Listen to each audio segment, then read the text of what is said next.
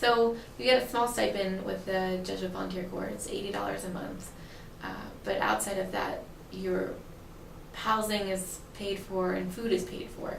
Maggie's Place is a unique program because Maggie's Place is a community of homes of hospitality for women who are pregnant and experiencing homelessness or in need of support.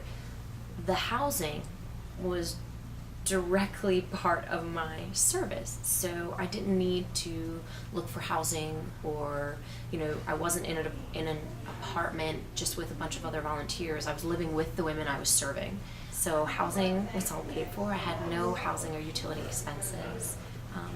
And to model solidarity within Maggie's Place as well, we ate donated foods just like the moms did.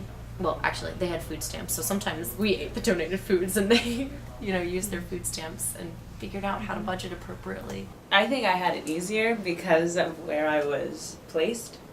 Bethel is as rural can get. There's a few restaurants, there's a big grocery store, there's a cultural center and a library, but there's no movie theater, there's no mall, there's no bars, there's no bowling, there's nothing to do to spend money on socially. It was tough too for us in Alaska because we had a stipend, but then utilities were so high in Alaska because it's not as unbearably cold as you probably think, but it's very steadily frigid out there, and so the utilities were really high. So sometimes we'd have to supplement the utility costs from our own personal stipend just to make ends meet, and we'd have a lot of rice and beans nights and things like that. I look back on it and it was great. It was a time in your life when you want to have those experiences and that sense of solidarity, even though it's only one night a week. Maybe you're having rice and beans. You're like, wow, what if I really didn't have enough to pay for utilities and food, or I had to sacrifice one or the other? Donations, we had a beautiful amount of donations, clothing wise, toiletries wise, and we would just use those as well. And it was a really unique way to take the stigma out of poverty, to take a little bit of that shameful feeling that people may have when they ask for something they should be able to get for themselves, particularly because so many of these women were older than us. So they were, coming to people younger and needing things they couldn't get for themselves. And it was awesome because we got what we needed from donations the same way they did. So I really saved most of my stipend. Just felt like, hey, if I need to certainly take care of myself and I need a break and I need to go out to the movies, or I really need a pair of sneakers because I have arthritis in my feet, then I'm going to do that. But I really saved a lot of it, and you use it for small things like your cell phone bill or loans, and you can defer your loans through Maggie's Place and a lot of programs, which is also a big question to ask at the service fair. Is this a program that fits under the AmeriCorps umbrella, and Catholic Network for Volunteer Services is under AmeriCorps? Is it connected to AmeriCorps or another organization so that you can federally defer your loans? For me, I found it easier to not spend my stipend, because if I was going to spend it, I would get a cup of coffee, or wait until a craft fair was on and buy a pair of earrings or a native crafts or something. So it was easier to save it until I found something that I really wanted to buy, as opposed to living in a city and probably finding it a lot easier to spend on little things and then have it all add up. I would get 2 checks a month, my house check with the food money and the utilities money and the rent, and I would deposit that for us to budget as a house, and then I would just cash my stipend and hold on to it, because it's not like carrying $80 around is a crazy amount of money. And I ended up often still having some left at the end of the month, and then I would save that and I used it when I came down here for a week in the middle of my year. A friend of mine got married and I would spend it here, or if I knew we were going into Anchorage for a retreat and I wanted to buy something new, like I needed new jeans, or I needed, toiletries that you can't find in Bethel or something, I would save it for those times. You make it work, you make it all work.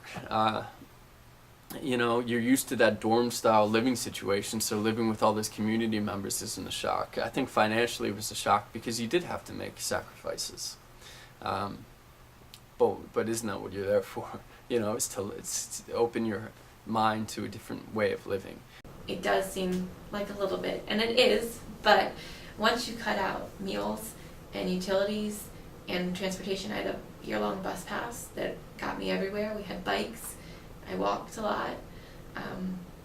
So once you cut those out, you know, and if you try to live a little bit simply, you know, you realize you don't need to, you know, go out to lunch all the time. Simple living was another one of the pillars there, and something that I really still value a lot. And I don't know if I would value it that much if I wasn't kind of put into a program that, you know, promoted it so much, is the fact that what do you need as opposed to what do you want?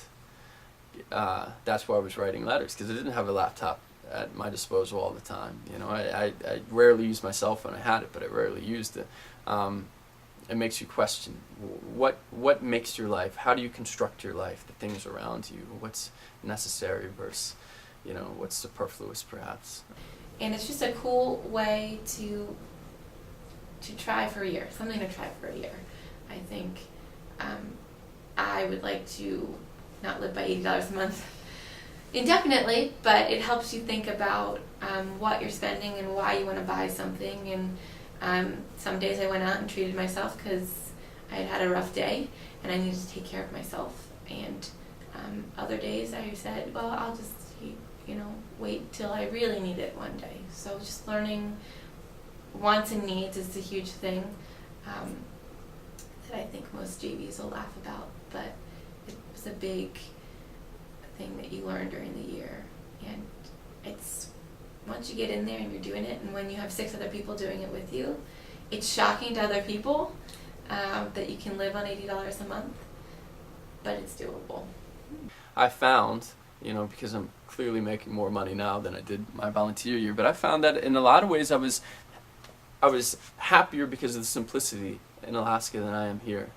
And it's a struggle coming back, because if you're not living in a community that values that simplicity so much, it's harder to maintain the simplicity, because you're like, oh yeah, you know, why not go out for dinner another time, or why not get that or this, you know, why, you know, cable channels, you have 500 cable channels, and do you need 500 cable channels to fill up the time? You know, it was great looking back and just spending time with people and really connecting. So yeah, that simple living aspect is something that I teach my students here at NDP all the time, and I want to instill that in everyone's life. But until you really voluntarily enter into that kind of living situation, it's going to be hard to really understand. And that's probably, if I had to single out one thing that I really appreciate the most from JVC, it's simple living.